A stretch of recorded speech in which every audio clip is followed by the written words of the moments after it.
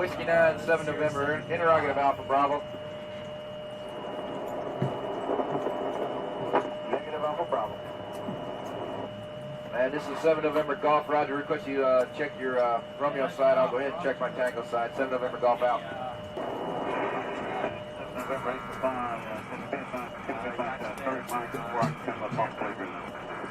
and 8 Claw, 7 November, say again. 7 November, go. Roger, I copied a while ago, 1 Charlie transmission that my can use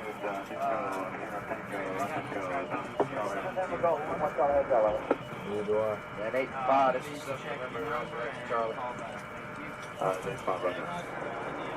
Now 1 Charlie, 7 November, go. This is 1 Charlie, in reference to your last, you're Brandon 158 extra 5 o'clock, 1200 between Queens and local. Also request 3 units take inbound records to see if we can try to get Whiskey 9 and 8 for pause to the playground. And this is 7 November, Roger, stand by. Got that. Got it? Alright. And all units, this is 7 November Golf, my unit Alpha, Echo, X-ray Alpha Alpha in there.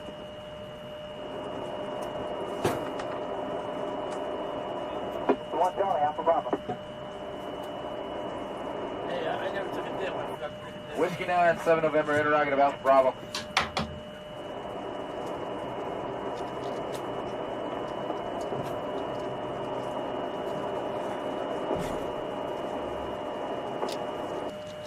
Whiskey 9, Yankee, 7 November Golf, over. This is Whiskey 9, go.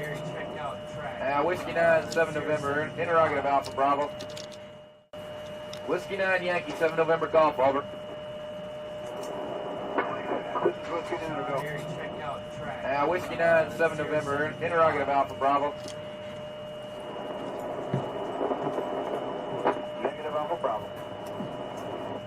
And this is 7 November Golf, Roger. Request you check your Romeo side. I'll go ahead and check my Tango side. 7 November Golf out. 7 November 8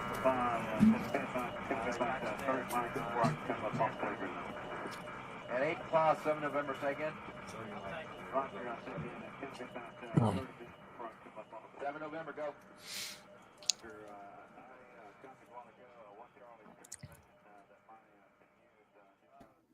All right, welcome to whatever channel you're on. We're streaming on the Civ Div, Veterans Info Tap, Veterans Daily, VA Housing Education. I even think, David, you stream to LinkedIn. That's right. Right, you do. Yeah, so wherever you're watching from, thank you very much. We definitely appreciate that. Let me go ahead and just spill the beans on today's topic. It's a big one. A new law has passed the House. It's passed the Senate. It was signed by the President of the United States. That would be Donald Trump, in case you're living under a rock there. It will have a huge impact on veterans right here, right now. It's one of those things where those veterans who are affected are going to feel some relief. And so that's definitely something that every veteran, spouses, the veteran sphere, as Jason likes to describe, which I absolutely love, by the way, should be paying attention to. It's called the VA Home Loan Program Reform Act. That's a mouthful. From what I understand, it allows veterans who are behind on their mortgage to essentially just tack that on the back end. That's my Barney understanding there. But never fear, we have David Piatek here with us. He's a veteran who is still currently serving in the National Guard for some reason. No one knows why. He doesn't even know why he still does that, but he does it because he wants to. He is a true expert on VA home loan everything. He's a lender for the veterans. He's beautiful. He's bald. He's David Piatek. Talk to me, Goose. What's the 1 minute snapshot of this new law? These just keep getting better and better and better. That's what I'm saying. VA home loan stuff always gets better. VA disability seems to get worse. So, well, thanks for having me on again. So, yeah, so the HR 1815 VA Home Loan Program Reform Act basically allows the VA to come in when a veteran is behind on their mortgage payments, basically sign it, get a checkbook out and say, look, we're going to cover the $30,000 you're behind, and we're going to take that, put it on the back end of the loan. So when you go to sell the home or you refinance your home, then you'll pay us back. and then the veteran could go back to making their mortgage payments. So it takes a big lift off a veteran that might have, had life events come up. It's one of the only programs that the government actually steps in to help veterans. Now, obviously, veterans still have to be able to work with their lender to kind of, exhaust every option that's out there. So Yeah. huge, but yeah, it passed like a week and a half ago, and then it was just signed in yesterday. So Yeah, huge. I know Jason's gonna knock the ball off the park here. I'm a rip the Band-Aid off type of person. I know what the people want to answer. All right, so I'm just gonna give it to you straight. Is this good or bad? Okay, and I'm saying that from a political sense. If you read any comments, you'll know there's a lot of background noise around anything that happens on the political stage these days. Is it good? Is it bad? And I'm obviously talking about looking at VASP, which I still don't understand, to be honest with you. We have this new program. What's the deal? And with that, I'm going to give it to y'all. Right? I'm out now. I'm bowing down. Good luck. I think he even muted his mic, David. Yeah, So I see that.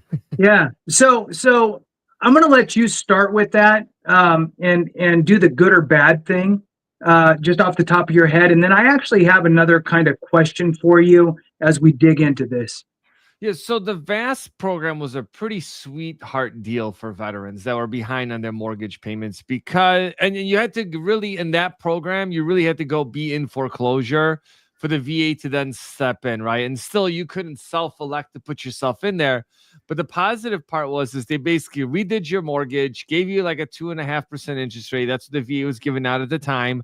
They repackaged your deal, and boom, now the VA is servicing it, which initially when it came out, I did a video on, and I do say in there, like, it's pretty weird that the VA is servicing these mortgages, and where are they getting the authority to spend this kind of money on the infrastructure, which again doesn't exist. So that's why, in essence, they said, look, the government's not a good mortgage servicer. We're going to get rid of the program and come up with a new one, right? And this is, I think, to your point, this is taxpayer money that's being used to do this, right? So that's why I think this new approach, I'm probably going to get sacrificed in the comments on it. It makes more sense in the sense that the VA stepping in and paying for the portion that the veteran is behind, and then they go back to their regular payments, right? Which is a positive thing because you still get to keep your home. And by the way, there's over 70,000 veterans that are 90 days or more past due. And up until recently, the VA had a freeze on foreclosures because they were working out the kinks with like the whole CARES mess up. That's like if you had, COVID happen, you deferred payments, and then you're supposed to like have it be put on the back end. And that will cause a lot of veterans to go into foreclosure the first time around, and then they kind of expanded it to be like, hey, if you had a life event happen, you can also qualify for this.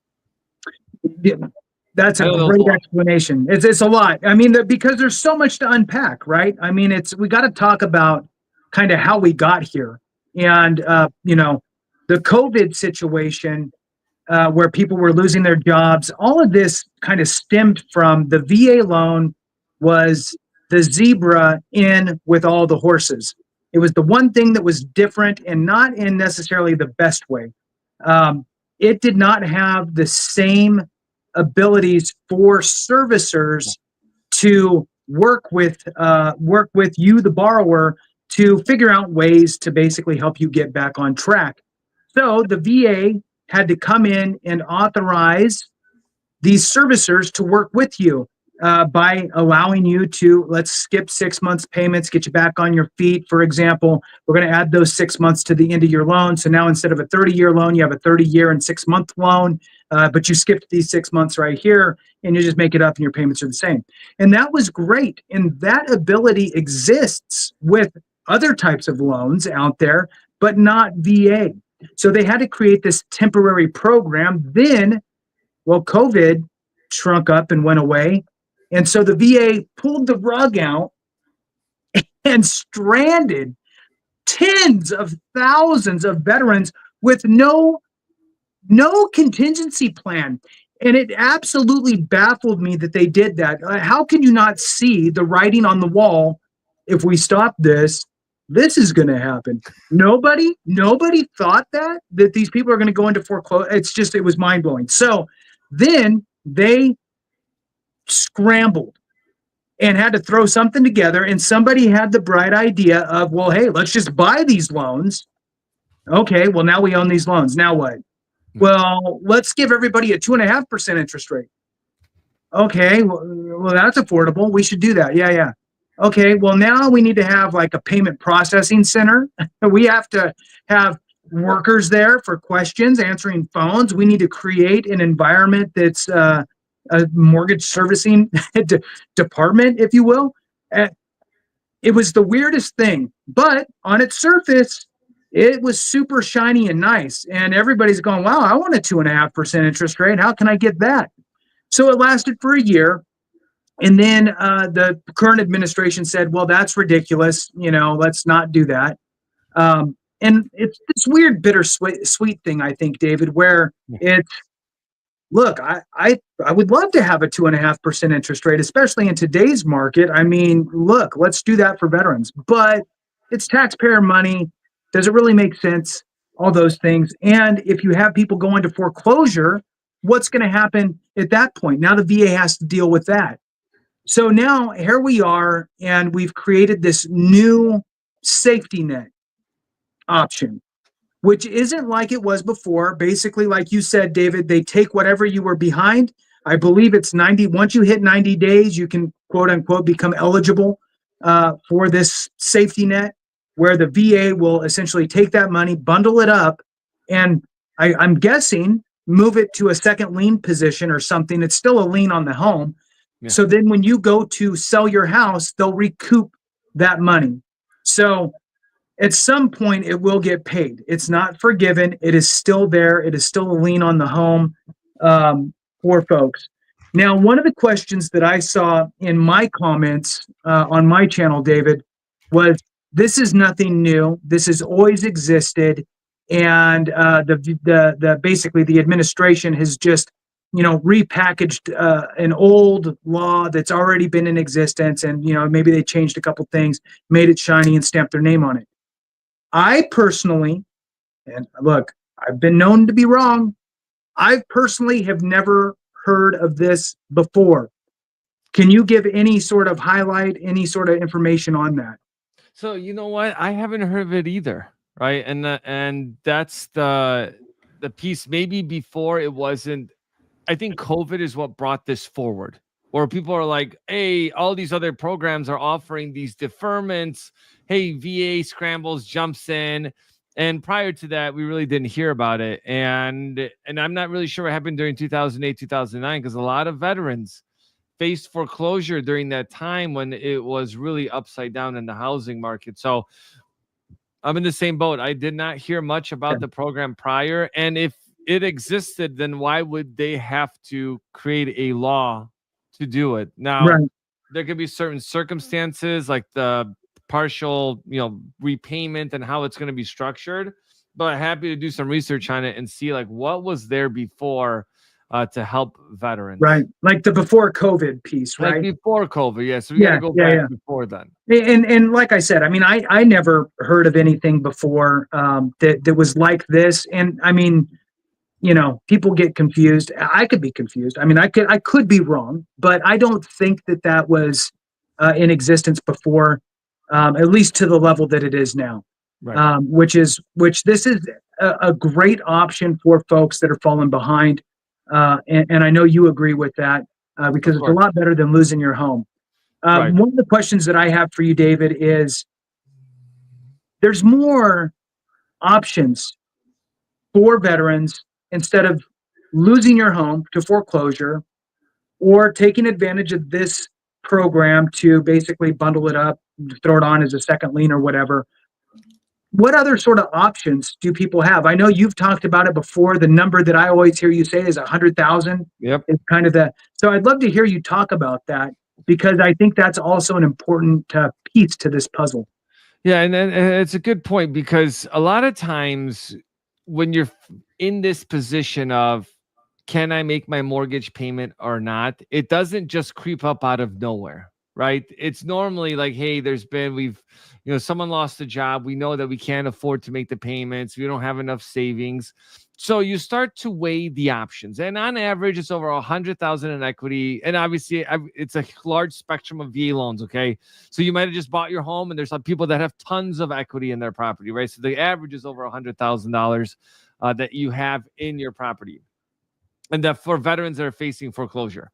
So you can sell your property now, but that's not ideal for everyone because, well, they're like, if I go somewhere else, it's going to cost more. I can't buy because I've had these lates on my mortgage. So you're going to have to, you would have to restart if you did that. But sometimes that's better than going through that whole foreclosure process, them selling the home. And then they're going to be like, well, our attorney fees are $50,000. Your late fees are going to be another $50,000. Oh, by the way, you owe us fees for this. So all of a sudden, all that equity you had, they stripped it all from you. Right. And you got to know your position because going into these repayment plans, guys, is not, you can't just be like, oh, I'm not making money. I want to get in a repayment plan because how are you going to make the payments?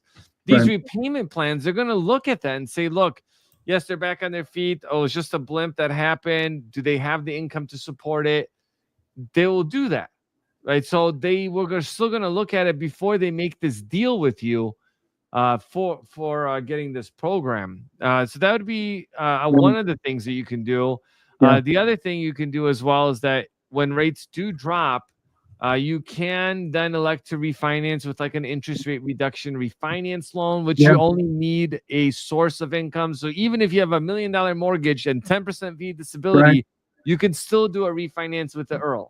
And you know what? That also brings up a good point too. If you're not 90 days late, right? Let's say that you're still current, but the writing's on the wall. You're kind of stumbling a little bit. Maybe you're utilizing your savings to make these payments, and you're getting to the end. And all you need really is like a 1 month respite, right? That's really all you need just to kind of get over the hump. Maybe you had some really unexpected things that came up. You're down $5,000 and now you're trying to get back in front. With the refinance, typically you're going to skip that first month's payment, which might help in that picture as well. So if you're getting a little bit of a lower rate, you're saving a little bit on the mortgage, and you're skipping a month's payment. Those are all factors that could help you avoid falling into a deeper situation. Yeah, let me add to that as well. Yeah, please. So that's a great point. Obviously, has to make sense, right? Like we're doing a mortgage that's going to cost you, $15,000 to save a couple bucks may not be worth it. But this is what I will tell you is worth it 100% of the time. And I say this on my other videos. When you don't need money, people want to give it to you. And when you need money, nobody wants to give it to you. So if you own a home and you have equity, I highly suggest, and I don't even do these, okay, as a HELOC, home equity line of credit. It's like a credit card on your home. So, you may have like 200,000 in equity or 50,000 or whatever. And you're like, hey, getting these HELOCs, you can find them online, local banks, local credit unions. They're normally really cheap to get, and they can give you a line of 20, 30, 40, 50,000, whatever you qualify for. And that way, if something does happen, you could just literally pull out a checkbook, be like, here, mortgage payment made, this made, so you can float yourself. Now, I would highly suggest you budget correctly and save money for a rainy day. Versus going down that route, but that is a great way to be able to access it. And another interesting point, because I just did a video with an insurance agent, a lot of places are moving away from doing like these low deductibles to doing a percentage of your dwelling. So you might have a 2% dwelling cost too. So this is separate. So if a life event happens, because they can all tumble down pretty fast, right? Life event happens, you have a $600,000 home, you might have to pay $12,000 deductible. Do you have that money? Right. So this is why savings is so important. But we could probably talk for like 12 hours. Yeah. So. I want to throw on a few numbers here real quick. And just, I want to see if Clay is tracking really at the end of the day here. Probably not, but probably this is amazing to me, in not a good way. So when we think to ourselves, look, this doesn't impact me. I don't need that. This has anything to do with me. literally one of our brothers or sisters to the left or right is. And on this, on the House Committee on Veterans Affairs website, it says currently the VA home loan program serving 3.7 million veterans, and that this is going to help nearly 70,000 veterans that are more than 90 days late on their mortgages today. 70,000. That's a huge number. Huge number. 70,000. That's more than the amount of veterans that are seeking the Major Richard Starr Act. It would actually help them, right? It's a huge number. Now, it could be all kinds of different reasons, right? I mean, you can't even begin to think of the number of different reasons why somebody goes into a delinquent status. But Clay, do you have what does that make? I do, and it's not going to be good. It's not going to be pretty. It's not going to make me look good at all. It'll make y'all look good. It'll make me not look good. Nice. I got two things for you. First off, on the side, I was doing a poll to the viewers. What's in my cup? What am I drinking? I know. This is off topic, by the way. I put sweet tea, my personal favorite, right? Water, chocolate milk, or orange juice. I want you to know I was drinking chocolate milk. So if you got it right. That was my guess. It was, listen, I'm a little lactose too, so that is not good. Okay. Well, but that's all right. Good. Anyways, here's my thoughts on that. I hope you have an empty MRE bag with you. No, but my wife will just yell at me later, but who cares?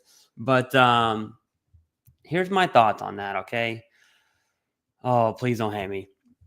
For my friend group, from being in the Marine Corps around young males in the infantry, watching the bad decisions that we all make, as adults in our 30s, 40s now, watching my friends still make bad financial decisions, what my first thoughts to that is the overwhelming majority of veterans that I know within the context of my life make poor financial decisions.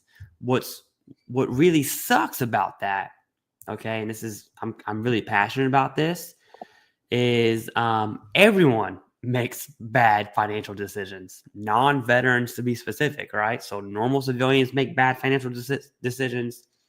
Veterans make bad financial decisions, and it sucks to see someone who's receiving VA compensation kind of fall back into the same pattern, especially if they're working full-time, right?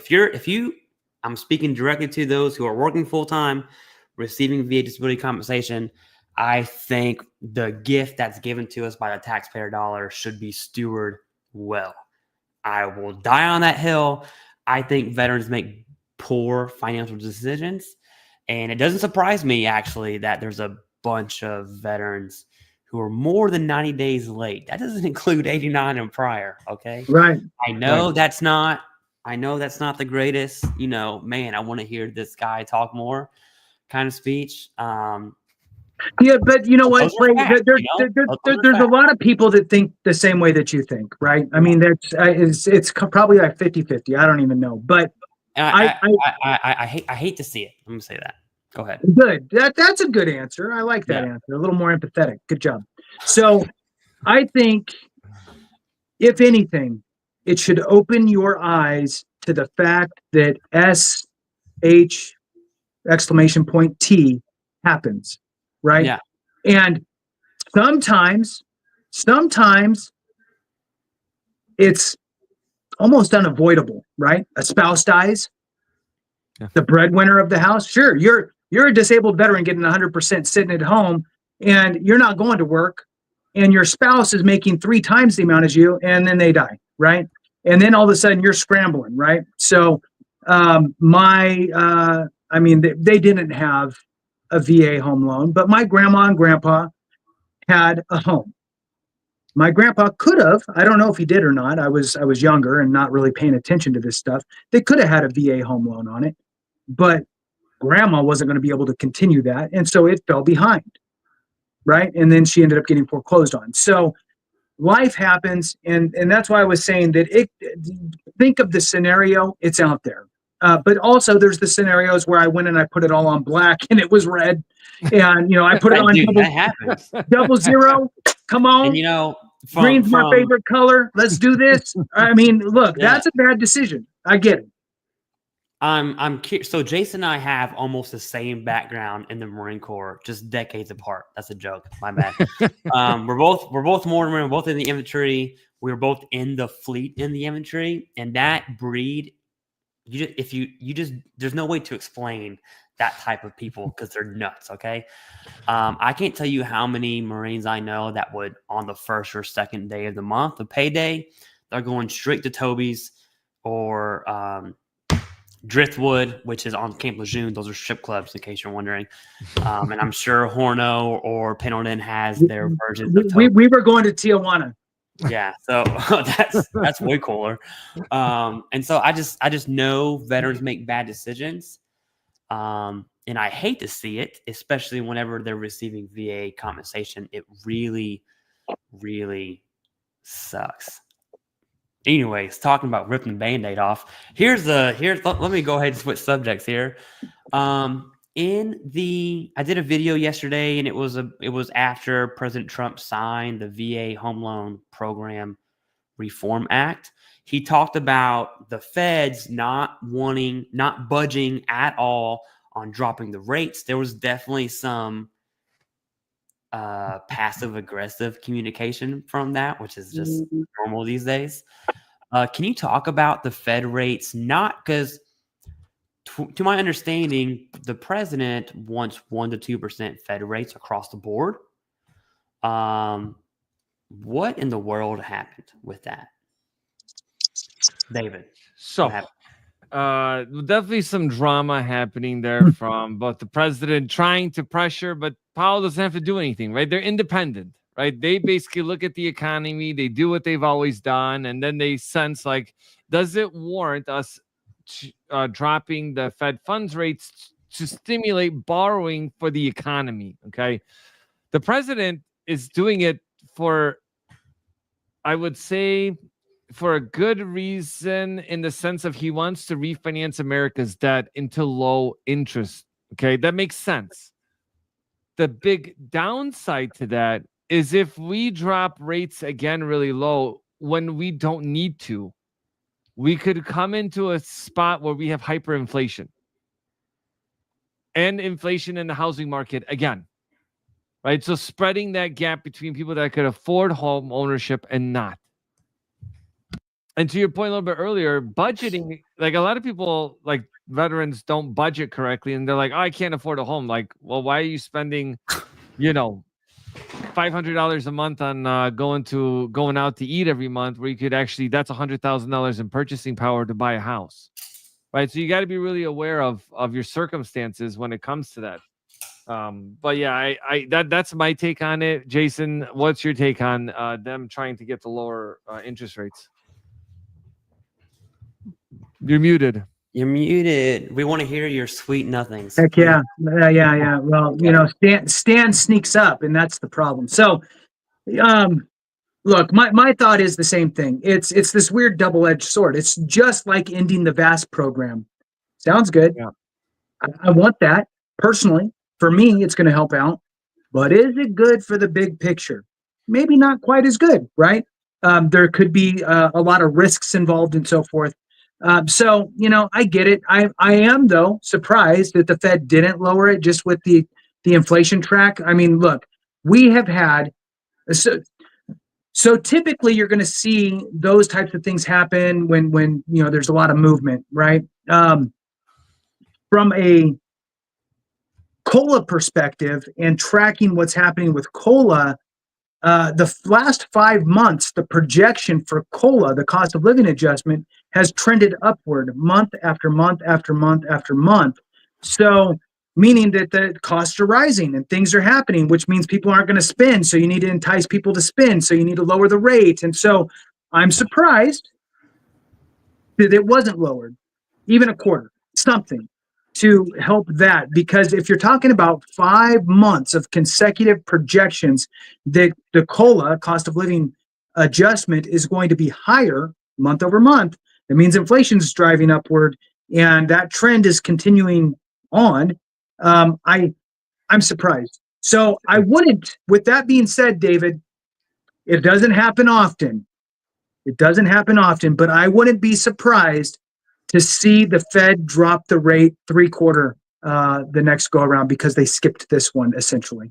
Yeah, and I'm hoping they're not doing it because they're in this they're basically arguing with each other. I Yeah, hope they're not like totally. sacrificing us Yeah. mortals for Yeah, that. yeah. So that's Oh, an say it interesting ain't so. Yeah. say it ain't so. But now I want you guys to remember something very important. The Fed funds rate if it drops, it does not mean rates will go down. And I want you to remember September of last year. Okay, rates dropped, like they dropped the Fed rate by like 0.5%. And what happened to mortgage rates? They skyrocketed. So back during COVID, and I want to clarify something because a lot of people think COVID and they're like, oh yeah, the Fed drops the rates, we're going to pay 0% interest rate. It's going to be awesome. What happened during that time, and the reason why rates were so low, is because nobody was buying mortgage-backed securities or these bonds because the government was buying literally everything. That's why stock markets went up, rates were super low, and that's called monetary easing. Today, we don't have that anymore because there's no quote-unquote emergency.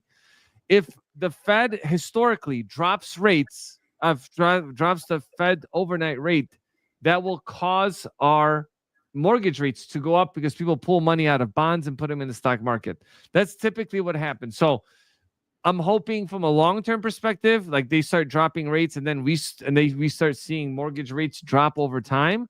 And then you can take advantage of then getting a lower interest rate. But one thing to know is that when you're sitting on the sideline waiting for rates to drop, and your friends are all sitting on the sidelines waiting for rates to drop, and all of you want to buy 3-bedroom, 2-bath homes, and all the rates drop, and there's more housing inventory like right now, all of you, your competition is all around you. Right.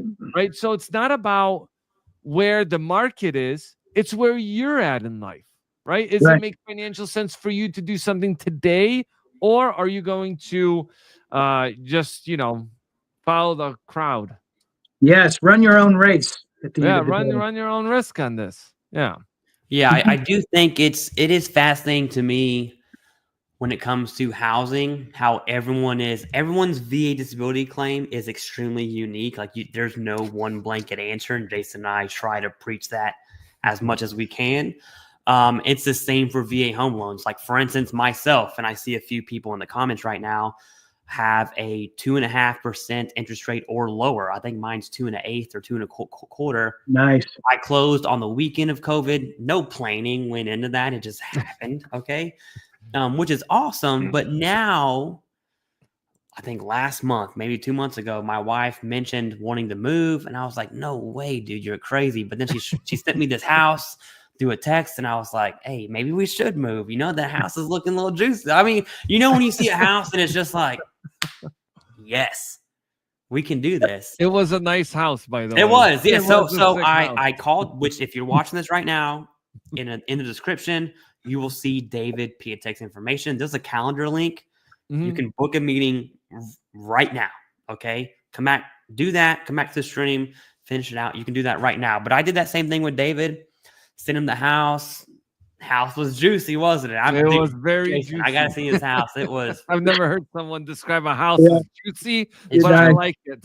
Nice, juicy, right? Drinking your chocolate milk out of a straw in the backyard, feet up. Oh yeah, dude, you could. Okay, and the house is beautiful. And although mathematically, like we could do it, like I could buy the house. We wouldn't have, I'm not going to say we wouldn't have any problems doing it, but like we could make it work.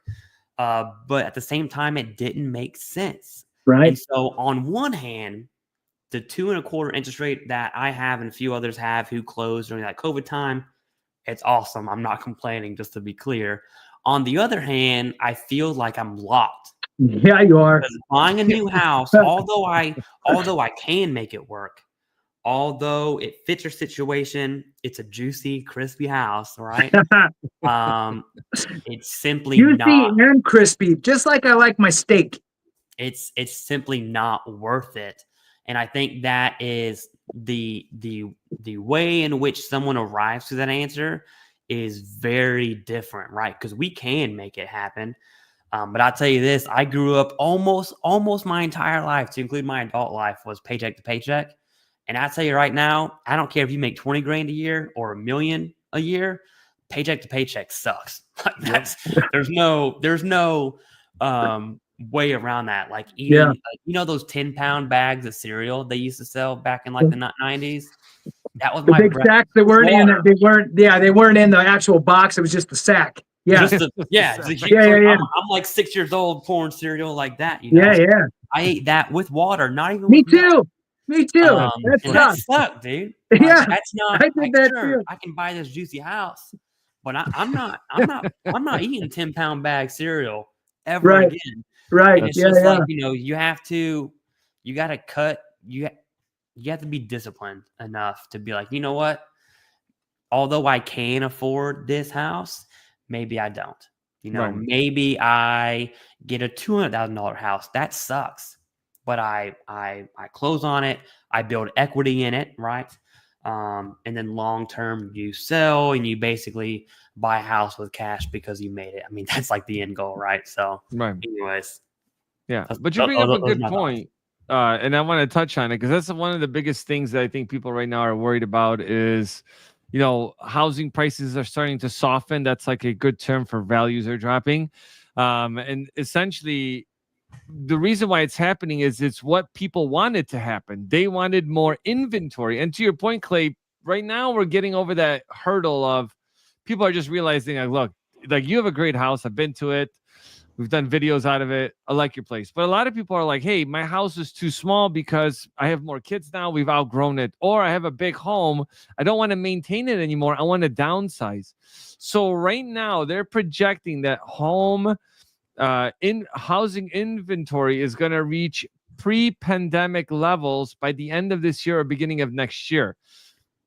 So on one hand, it's positive. On the other hand, the very thing that people wanted to have more options on, now they're complaining that home values are dropping. And they're like, well, we don't want to buy because the housing market's falling out. And guess what? In about 2 months, there's going to be big articles. Housing market is crashing. It's slowing down. Yeah, it's the time of the year that it always slows down. And so it's going to be this vicious circle of like, and if you look at because I went back and looked at a bunch of stuff and I'm like, oh my gosh, like how crazy do they fearmonger people and just stick to what I said? It's not the market, it's you and where your timing is in life. But yeah, that is a struggle though, guys, that if you have a really low rate, do you want to give that sweet rate up? But what you can do, if you don't know, you can have multiple VA loans and you can rent that house out, help offset the new payment, change your effective rate, there and you go. Build wealth. That's right. That is an option. That's always an option. And also consider if you are looking to leave the area, right?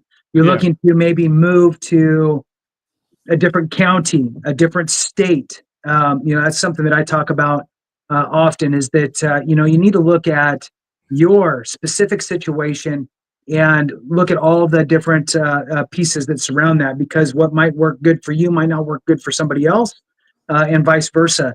One of the things I think is important too is understanding that throughout the nation, there's absolutely microclimates within the real estate market.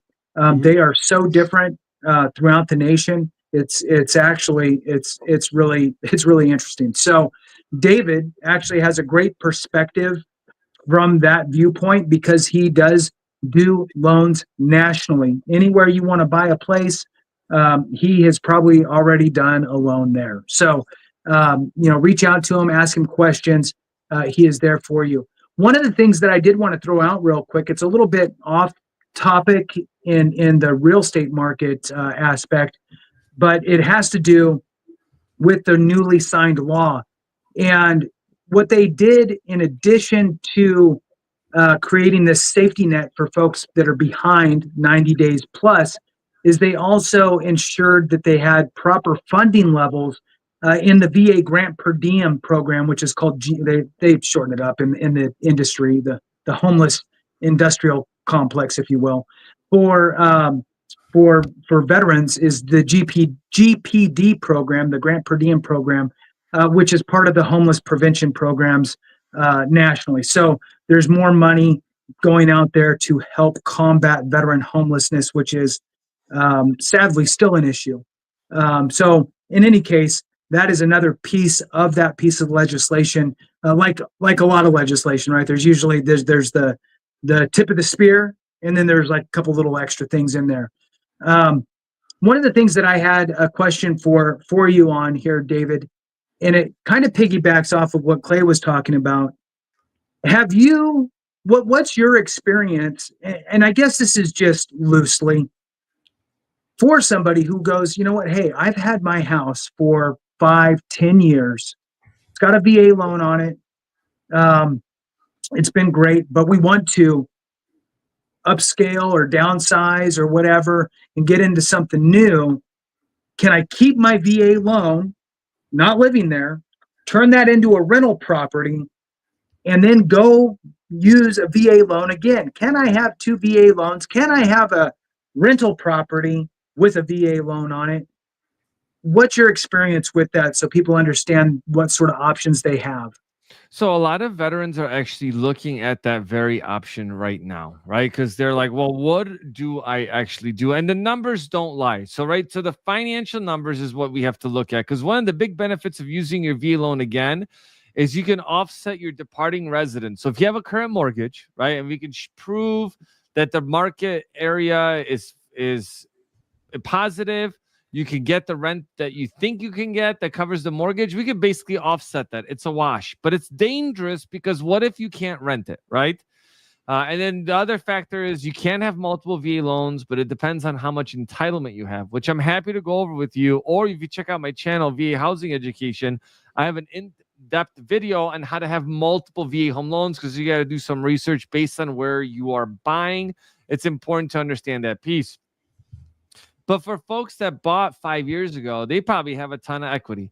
Home values have gone up a significant amount.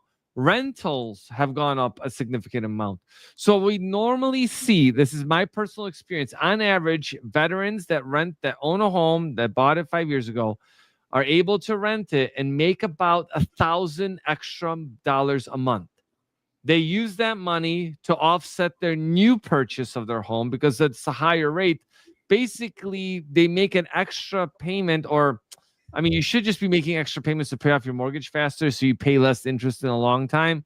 That's really how you change your effective rate. That'd be the smartest thing you can do. But if you're not in that position, you could just use that money and offset your current property. So I just literally had a discussion with someone today about that because they're like, you know what? We didn't even think about doing it that way because you're right. Like we would make $1,000 a month. We could still, and I'm not a CPA, right? But like we all of us, 3 of us own homes and this client as well. And now you have different tax deductions if you have an investment property. Now talk to your CPA or accountant, they'll walk you through it. So there might be some hidden benefits that you actually have with that piece. So never discount it. And if you're scared about doing something like that, you might want to hire a property management company, which we just did a whole series on investor series on the channel. Self-manage, not self-manage. What's the risk? How do I look at the market? How do I determine what makes sense? So all those things are very real. And that was a good question, Jason, because like people are facing that as we speak. Right. You know, one of my favorite things, David, is when it comes to leveraging our benefits to really generate wealth, right? And I'm a firm believer, and I was in the mortgage industry for over a decade, for those that don't know, back in, 1998 through 2010. Sheesh. So Kidding. it was after the Marine Corps. So I even got the Marine Corps in there before that there, Clay. So, but you know, it really opened my eyes, right, to the ability to really, I mean, where else can somebody, we'll just use $500,000, right? I'm going to buy a $500,000 house. it's considered an asset, not a liability. Your real estate is assets, not liabilities. So now I have a $500,000 home that I was able to purchase with no money for the down payment. And I get to take in the profit or the increases in value, right? The equity that it increases over time. Over time, right? A house from 20 years ago is worth much more today. A house 30 years ago, much more today. 40 years. The longer you hold on to it, the more likely it's going to go up in value. Of course, it stair steps on its way up. You know, you can't look at a 2-month window and go, wow, I lost money, right? It's the long game. Now, not only, are we doing this, but we can also rent these places out and have somebody else making the mortgage payment, which is just amazing. And if you bought something when you were 20 years old or 25, I had my son go to you, my oldest son, go to you. You squared him away. He got into a house that's $500 and something thousand dollars. And And a ton of equity. You walked into a yeah, ton of equity. look, He did sweet. He did. I'm very happy for him. Like you dude, steered it, like you guided him in the right direction, because instantly the appraisal came in way higher. So he solid. did solid. He did really well. Solid. Yeah. And you know what? We should do a video just kind of talking about that circumstance. Yeah. Because there's gold in them there hills sometimes, and you just got to know where to look. So the bottom line though is that one of the hidden, I think, benefits in VA home loans is the ability to buy multi-family units. Imagine if you could go back in time for a minute and all of a sudden you're still in the military, right? Man, I would have bought a 4-unit house outside the gate as soon as I could. You went. Yeah, dude. So to share with people that sort of flexibility, unit property, and kind of that's even a possibility. I mean, I would love to hear it from you. Yeah, for sure. And I'll tell you guys this. There's one big misconception, because I kind of look through the chat. I started to see this on my channel. There is no time limit how long you have to live in a property. I'm not sure where people are getting this. And there's people that are pushing out false information, like you can't use a VA loan to build wealth. You can buy, there's no time limit. The VA says you intend to occupy within 60 days. That's it. You live there for a month, you can leave. You can move in for 1 week and then you get orders to deploy. You don't have to tell anybody this. Right? You just rent out your property. Your circumstances have changed. VA doesn't limit you. So keep that in mind when you're going through this process. I would highly suggest you, if you say something, prove it in the VA handbook, because a lot of the stuff that we talk about, we want to make sure that you're not self-disqualifying. I say that all the time. Never disqualify yourself. Stop listening to your friends. Stop going to ChatGPT. Stop Googling things.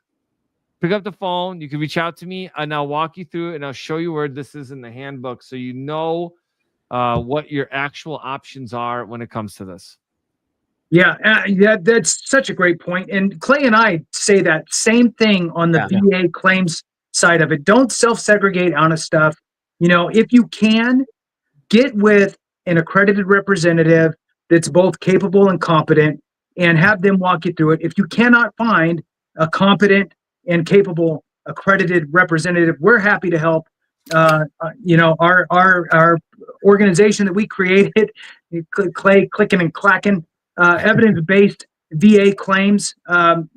We have done this, David, because there are so many times that people get driven down the wrong road and either pay too much money or they just don't pursue. And that is, you're shooting yourself in the foot either way.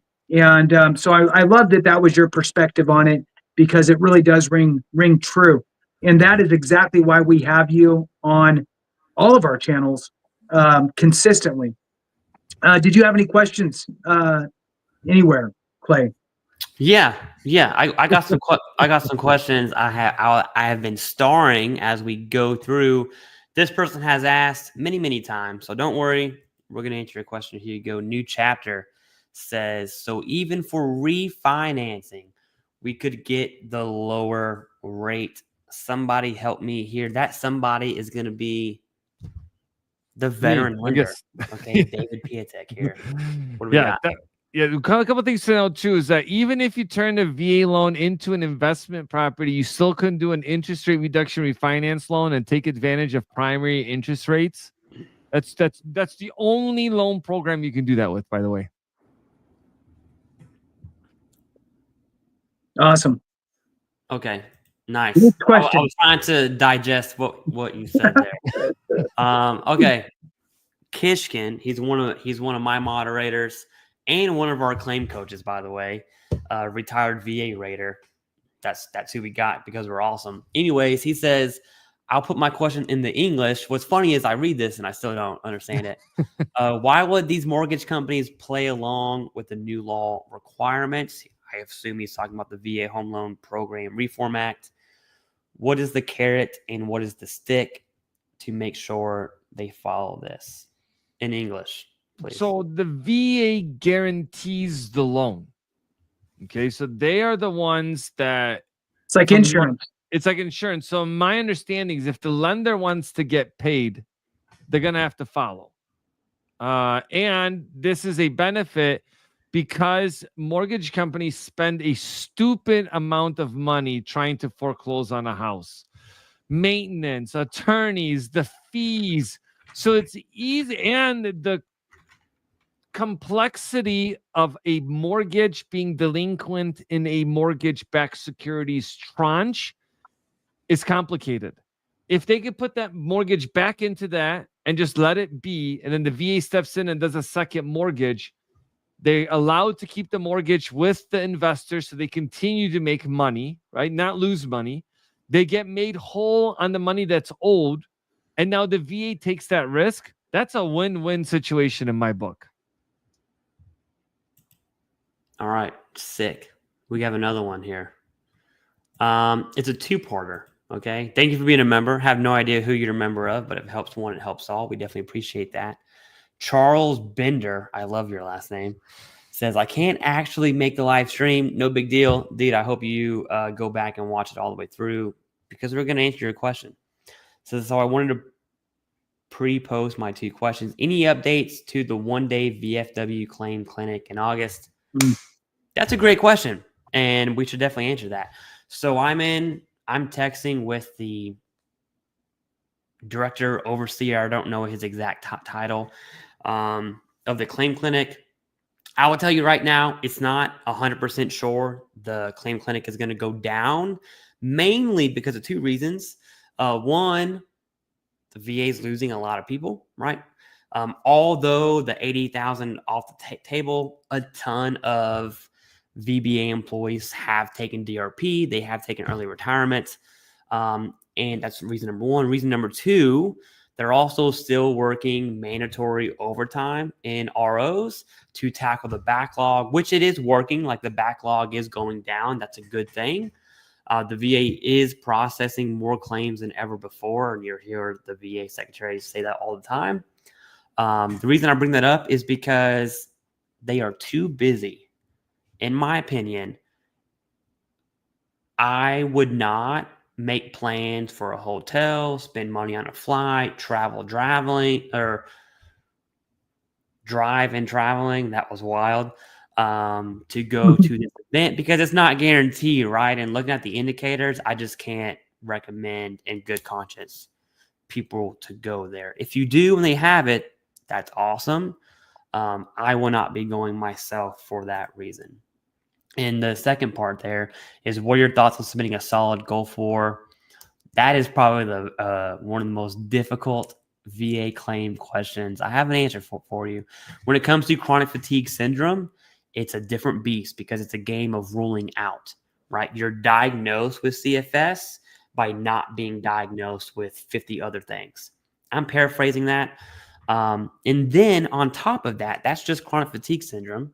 Okay, you still have to meet the MUCMI presumptives or the undiagnosed illnesses. So I assume you're a PACT Act veteran there. You can go ahead and look at the undiagnosed illness symptoms fatigue is going to be one of them, right? Sleep disturbances, headache, migraines. There's a ton of them. IBS is on that list. Fibromyalgia is on that list. So it's a game of ruling out and then submitting a claim where the evidence reflects the theory of service connection. In this case, it's MUCMI. And just to be straight up with you, not easy to do. Okay. Not easy at all. Jason, do you have anything to add when it comes to chronic fatigue syndrome or like Gulf War illness or any of the weird? Yeah. The only thing I'm going to add, because you really did nail it, is sometimes it's good to have a conversation about your overall situation. Most of the time when I hear somebody just talk about that, they typically have a couple other claims that they've already gotten filed and they have a lower rating and they're trying to figure out a way to increase their rating and they're thinking that that's the only thing they can do. So instead of thinking about a specific thing that will get you there, have a deep dive conversation. Everything is so nuanced that it's hard to give specifics. You need to have that one-on-one conversation with somebody who can kind of ask you those questions that'll lead down the path of, well, this could be connected to that, and this could be service connected, and oh, by the way, there's this, and go down that path with quite frankly a claims consultation, whether it be with us or with an accredited solid. It has to be solid. The problem with accredited representatives, and I was an accredited veteran service officer, is they're not all created equal from a funding perspective, which means that some of them are very reactive and they don't have hardly any time because there's a line of vets out the door and it's just order taking. Hey, what do you want to file for? Cool, you want to file for that? All right, thanks. Bring me whatever evidence you got. What kind of evidence do I need? Just get whatever you got from your doctor. Cool, thanks. Boom. And it's filed. That's not going to cut the mustard. You need to have somebody who has the time and the ability to have that conversation and really help you develop a proper claim. Yeah, I love cutting the mustard. Here's what does cut the mustard. I'm totally going to overuse that now. Kishkin, one of our VA claim coaches, also a recently retired VA rater, says internal memos have said no to staff attending outreach events for VSRs and RVSRs. So if there was a claim clinic, it's only a one-day claim clinic if VSRs and RVSRs are present, in which we have another indicator that says that's not an option. So just doubling down on, am I recommending people travel to, I think it's Columbus is a VFW claim clinic this year, which sucks because I'm from Louisville and my mom would totally drive up and see me.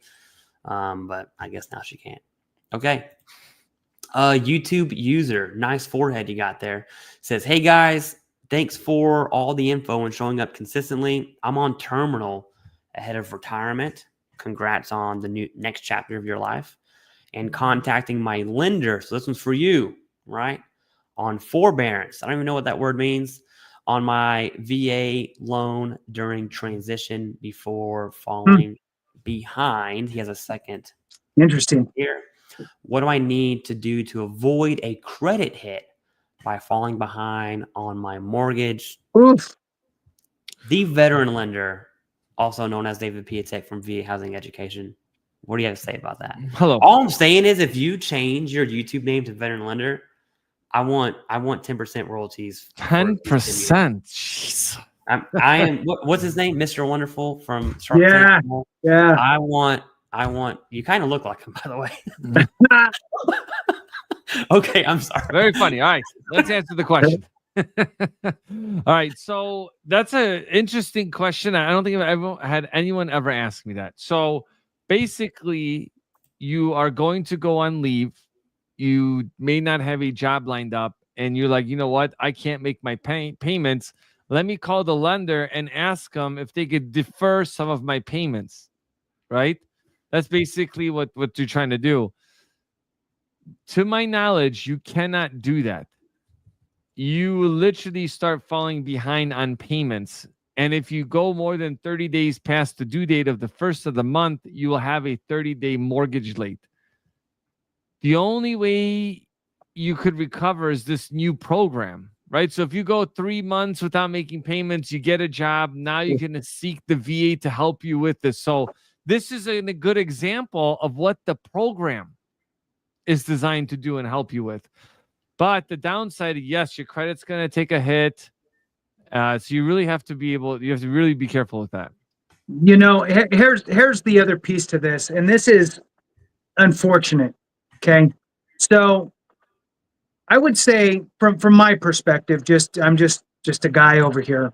You know, have the conversation, read the situation. A lot of times they'll have hardship packets that you can complete, and you can read through it and see if there's a there, right?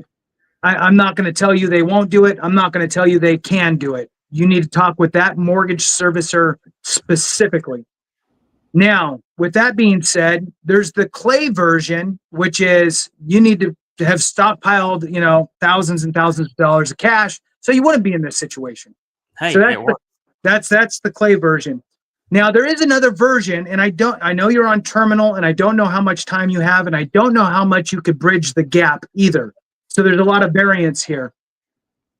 If you're not aware, the benefits delivery at discharge program is essential because when you get out of the military, you're going to lose your housing allowance. And that's usually the biggest thing. You're retiring, you're going to have some retirement pay. You're also taking a hit there. But that housing allowance is also going away. So how do you replenish that? You replenish that with VA disability compensation.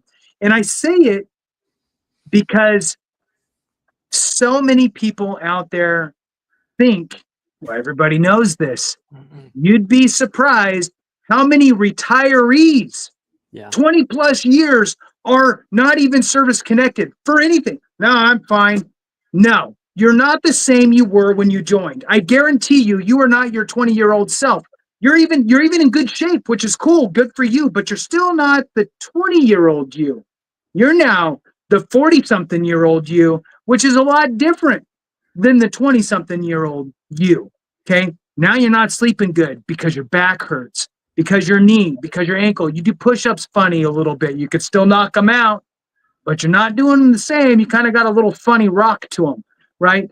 These are all things that you need to keep in mind and file that benefits delivery at discharge claim in that window of opportunity, 30 to 60 days, 3 months to 6 months, 3 months to 6 months prior to your discharge, your retirement date, not you're currently on your terminal leave. So it's not from your terminal leave, but from your actual discharge date, 3 months to 6 months. The closer to the 6 month period, the better, because it allows the VA to work on your claim for that 6 months in tandem as you're transitioning out. Now, the idea is hopefully you develop your claim correctly.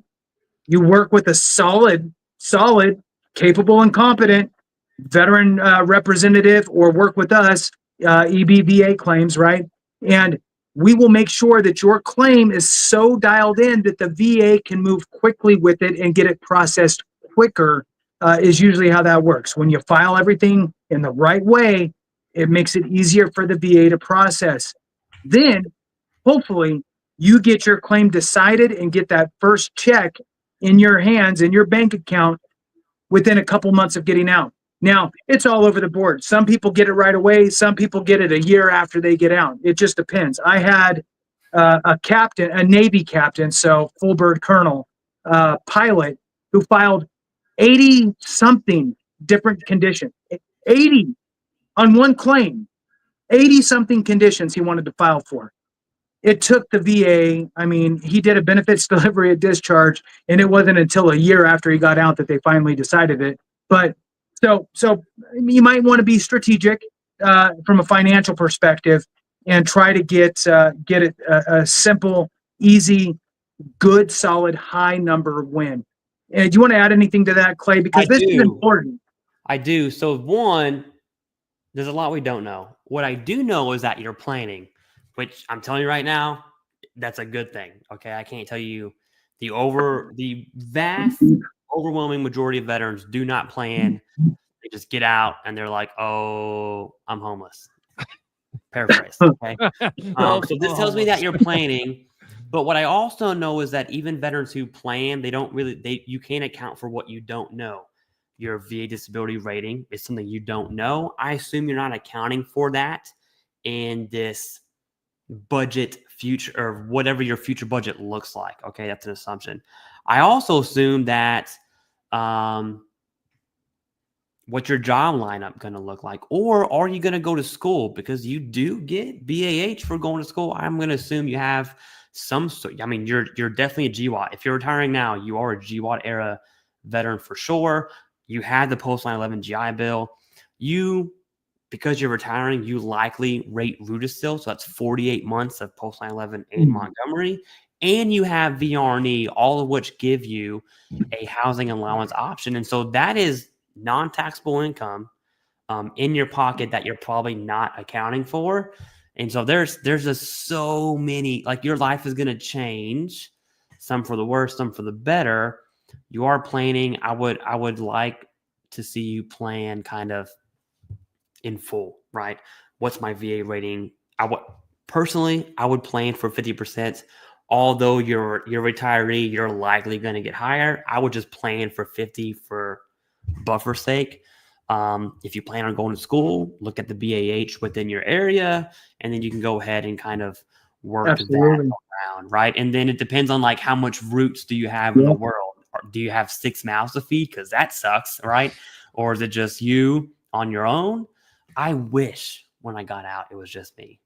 Right? Because what I found is veterans who have more roots in the world, like children, a spouse, transition just gets way, way more difficult. Those are my thoughts, right? There's so many benefits that we don't know, but that tells me that you're planning. I would even ask if you're moving. It doesn't sound like it, but moving is an option, and then renting your house out is an option. You get the VA home loan. Talk to David, right? If you want to talk to David, look at the description. That's as far as I can take it, okay? Look at the description of any video you're watching. You're going to see a calendar link for David. You can speak to him. I've spoken to David twice about my personal situation when it comes to housing for me and my family. I wouldn't tell you to do something that I won't do myself, right? So David Piatek is a great resource. I think we wrap it up here, boys. What do you think? Yeah. All right. I got this one. Hold on. Okay. If we do not help each other, something went wrong. Look at that. No jokes, no anything, straight up. That's all we got. All right. Thank you very much, David. We definitely appreciate you. Thank you, guys. Each month coming on the channel. Have a good night.